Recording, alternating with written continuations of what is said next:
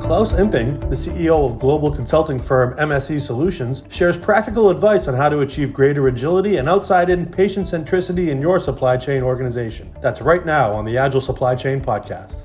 Klaus, welcome to another vodcast on this thought leadership series at TraceLink. It's certainly a great privilege to have you as one of the European potential partners of TraceLink. And I think the thing that I'm looking the most forward to, and that is, we have a lot of supply chain perspectives. And as we've just been talking, I think the opportunity to have your product supply experience and your manufacturing experience looking at supply chain is invaluable. A lot of supply chain people, generally speaking, don't necessarily know the depths of manufacturing. So I'm Roddy Martin. I lead digital transformation at TraceLink. I'd like you to introduce yourself. And as you introduce yourself, perhaps you can start off by, what pops out at you at this technology and vendor agnostic blueprint that we created and you had a part of. I mean, you were one of the individuals that gave us input to creating this agile supply chain leader. So over to you. Thank you very much, Roddy. Thanks for your very kind words and introduction. The pleasure is definitely on my side to being here and having this chat with you. I think we both are evangelists of the same directional thought leadership that we are trying to push into the companies and into the market. We are using different words. We have probably a little bit of a different perspective, and I'm touching on that one a bit later on. But I truly think we are striving for the same vision, and I think the Agile Supply Chain Credo is definitely perfectly summarizing this. I'll comment on this a bit later. Probably first of all, a brief introduction of myself. My name is Klaus Imping. I'm representing MSE Solutions as a CEO. We are a German-founded boutique consulting company with approximately 100 people across the globe doing operations not only here in Europe but also in US and in Asia Pacific. And we as a company, as well as myself, are end-to-end ambassadors for decades. We were talking about integration from customer to customer when the buzzword end-to-end was not yet invented. And this is what we define as our domain. It's digital supply chain management end-to-end. And we probably have a stronger perspective on the let's say, corporation internal side of the equation rather than the transactional side towards a customer. And these are the two perspectives that I meant before. We try to combine process design and system integration and data integration under the umbrella of our service portfolio because we know these are three essential elements to, at the end of the day, really bring a solution to life. So it goes above and beyond PowerPoint consulting. We walk the talk, we get the hands dirty, and we get the job done. And this is also giving us the practical experience that is also reflected in our thought leadership paper of building the foundation of this thought leadership. We've done end-to-end supply chain integration in various industry verticals, but especially also with global pharma and global life science medical device players, integrating their management of complex global supply and production networks. And I think this is a quite interesting perspective. I think that, for our listeners, Klaus, and one of the things I've learned having the privilege to work across the big pond with consultants in Europe and consultants in the United States. And it's important to understand that, consultants in Europe are really people, process, and technology consultants. In the United States, we tend to see consultants as systems integrators, right? We want a consultant to put in our MES or our ERP system. And I think, that's why I was kind of excited to get you onto this, because it's really, really important, especially in the platform work that the Credo lays down to think about, Agile as being people, process, technology, and leadership in building a resilient supply chain. So patient-centric, you may not touch the patient in your consulting work, but everything you do in packaging, everything you do in warehousing, ultimately touches the patient unless you want the company to keep 300 days of inventory.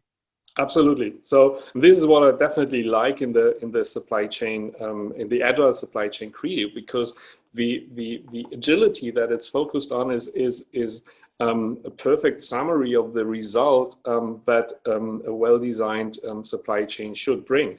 The world outside is not stable. A company needs to be very agile in reacting to change, in reacting to disruptions, in reacting to fluctuating market demands and other volatilities, and driving and striving for agility is at the end of the day what it needs. But it's far more than just implementing systems. It's far more than that. And this is also what we always say is the kind of difference between digitalization and digital transformation. Digital transformation, and you can't become agile by just digitizing your processes. You really need to transform your processes. You need to integrate your processes. Becoming agile is all about various aspects of integration. It's of course data and system integration, but it's also integrating processes and integrating accountabilities. Yeah, and the word agility is a very simple term, right? I mean, if I'm going to go and box, I need to be fit. I need to be agile. If the first thing you do is punch me on the nose and I fall on the ground, if I'm resilient, I'm going to get up and fight back. And I think that's the challenge that we've seen in the pandemic, right? Is that companies weren't necessarily agile fit, and they're still staggering around trying to recover. Yeah. I've got a lot of people who are in the supply side of the supply chain with PPEs, and many of them have worked across many industries, and they keep telling me, oh my gosh, healthcare is so behind in terms of the way they manage. Well, it's because they've always had the insurance policy of inventory to be able to bank on, right? So you don't have to be smart in the supply chain if you've got tons of inventory lying around, and you can always just resort to using excess inventory. So, I think it's a very important perspective. And again, one of the other points that you and I discussed in some exchanges before this was, Jeff Bezos talks about limiting options in the Amazon supply chain. And you and I are both engineers, and I can remember when I was an engineer designing breweries, I thought I was doing the business a big favor by giving them multiple options to do anything they wanted in any manufacturing plant. And then they said, no, that we don't want that, because that causes massive variability in operation. So that was my answer. And what Bezos and Amazon do is they limit those options, because Absolutely. The more you limit those options to best practices that work, the more you can manage disruptions quickly. And that, and I think that is stuff you understand. We've been through this model of trying to add in flexibility because we think it's convenient. Yeah. Many people kind of mix up agility with the freedom to do everything and anything at any time, and this is not the case. Agility needs very stable processes. Agility needs standardized processes, and to be fair, process standardization to work on integrated processes with end-to-end visibility and with the ability to interfere with processes end-to-end is something that many corporations are still lacking of. It's not a matter of course that the internal processes from customer or market demand upstream to raw material and the other way around, the supply from raw material down to patient delivery is an integrated process where all information is available. And there's still a lot of homework to do. And And this is one aspect that I also like in the Agile Supply Chain Credo, which is really emphasizing the fact that it's demand driven, because patient centricity starts with thinking in a demand driven manner, thinking outside in and not inside out. And this is a very strong message that sits in the supply chain Agile Supply Chain Credo. Yeah, well, when you think inside out, you can build insurance policies everywhere. I can build insurance policies in every single place that does anything in making up the product, packaging, making product, storing product, shipping product. And in the end, I'm going to have, hundreds of days worth of inventory. Well, if you really understand your supply chain and you want to optimize, and it's going to become obviously increasingly important as we go to cell and gene therapy or smaller patient communities, it's increasingly important to get the right amount of product to the right groups of patients at the right time. That may not be millions of people. It may be 100 people, 10,000 people. So cell and gene therapy is going to bring about, I love a comment that you make where you say, we're prepared to roll up our sleeves and go and understand the process. And the other point you've made in various discussions with me is, we see MES and control towers and ERPs as enabling tools. They aren't the solutions. They're part of the solution. And I think that's a really big part of agility. And that is, they are the sensing tools that we need to be able to watch and to be able to get data from and share data throughout the end-to-end supply chain to be able to build a resilient supply chain. And my impression is that's what MSC's focus is. No, absolutely, it is. You hit the nail. I think, and you're also indicating two pitfalls that many companies are trapping in. This is number one: they believe that the implementation of a system, whatever type of system, is already the solution, and it's just the enabling layer.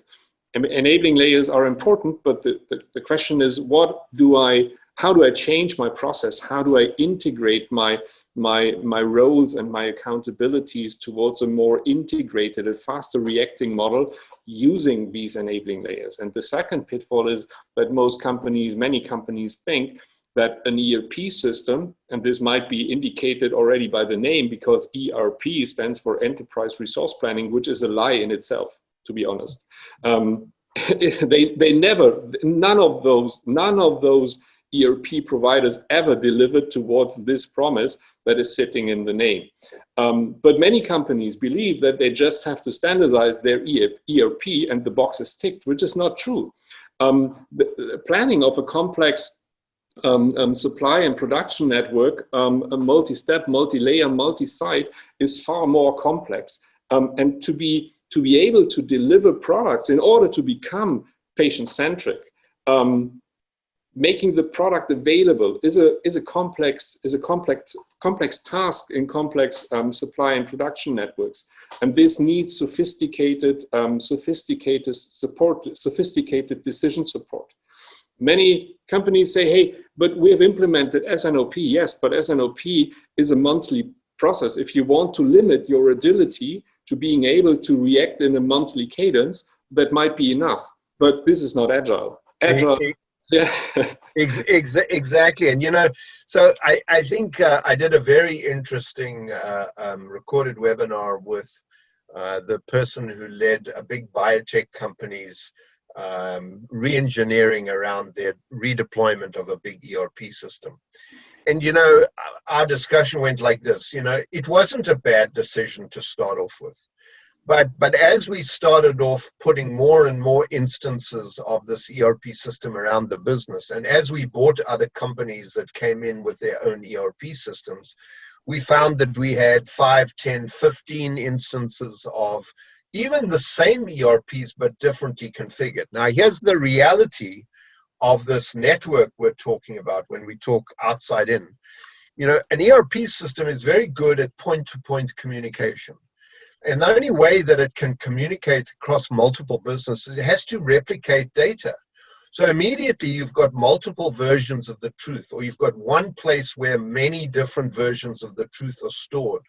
Well, now you've suddenly built time into the responsiveness of that whole network. And that just doesn't work, and that's not good enough anymore. So now we want to connect everybody to one network, and we want to be able to exchange this data in real time. We want to be able to see events in real time. And if I don't have partners and consultants who can help me find and roll up their sleeves and go and find out where are the 20% of these disruptions that are impacting our downstream service levels and on time and full to patients, then I don't want a partner. I don't want somebody to just help me put in the next big system. So, I think it's a fascinating discussion, and I'm thrilled to be able to talk to you because, in all my years in the brewing industry, I dealt with a lot of German consultants, and my big respect was that, German consultants probably know brewing and employ as many master brewers as you employ in your own brewing company, right? So you laugh because you know exactly what I'm talking about.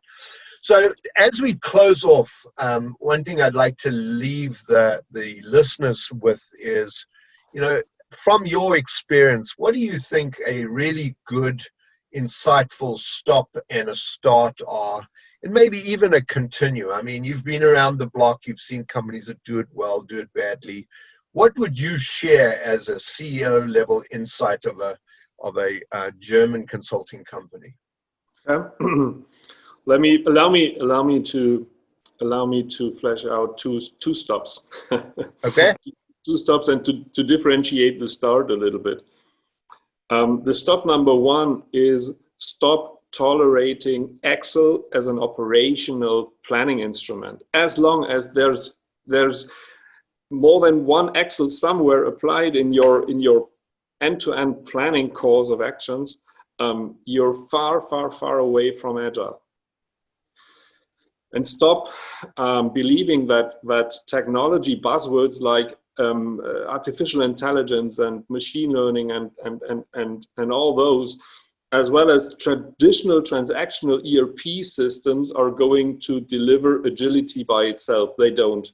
I absolutely love those 2 points because they absolutely, in fact, your first comment about Excel spreadsheets. I mean, I've seen companies build almost ERPs with their Excel spreadsheets. So absolutely, yes, a good stop. Absolutely, yeah. And one big drop of water into the glass of wine of those corporations who massively use SAP, and they are all about to go for S4 because they have to. They didn't ask for it, but they have to do. Please don't believe that the conversion to S4 HANA equals digital transformation. It doesn't. It definitely doesn't. So this is, even though I read a lot of AdWords from SAP, say, do S4 HANA become agile? What a stupid thing. So there's much more in it. But let's look to the start, because it's probably more forward oriented. And my recommendation on the start is a little bit depending on the maturity level that companies have. And I don't want to take the differentiation of the 5-level model of Gartner. I'm simplifying it a little bit. But referring back to my Excel example, those ones where the shutting off of Excel would create more disruption than COVID or anything else. For those ones, the start is go for a pragmatic integration approach, data integration, process integration, to build the essential foundation for agility. No agility without integration, no process integration without data integration. You need to get end-to-end visibility of your data, and this doesn't mean that you get a report once a month. You need end-to-end visibility, basically instantaneously. I think that's a brilliant point to close off on, because what you in essence are saying is digitalize your operating model of the business and understand where you are in your capabilities. If you're still running on spreadsheets, Absolutely. You need to understand how all of these spreadsheets across different functions, how they interact with each other, because you can't just go throw them away and replace them with a system. Exactly. Because it will be worse than COVID. I mean, you'll stop the business. But there's a growing community of corporations who already ticked this box, who did their homework in building this foundation. And for those ones, my recommendation is to start breaking the functional silos within supply chain, because we always think that supply chain is already cross-functional, but it isn't, because we've got a transportation department and warehouse and distribution and customer service, and there are some supply chainers as well. So these silos, connecting the dots across the functional silos within supply chain is an important thing in order to get a more end-to-end oriented management of the network. And those ones who are already there, I would love to have a chat with on a topic that I assume to be the big next wave after digital transformation, and this is going towards cognitive process management and cognitive process automation. This is the next big thing, but this is from today's perspective really for the top notch who really done more than their homework. This is not the average, and this is not the magnitude of corporations that are already there to deal with this topic. Fantastic. And, I think those last 2 points, sharing data across the end-to-end supply chain is absolutely fundamental to operating patient back. And the last point you made is also absolutely one of the enabling values in the principles in the Credo, and that is, systems are there to augment the insights of people. Yeah. They are not there to automate people out of the process. Absolutely.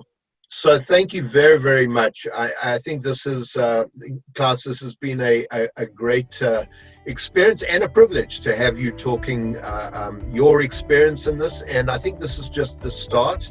So we look forward to a long relationship and lots more of these discussions going forward in the future. And thank you again for the time. Thanks to you. Thanks, Roddy.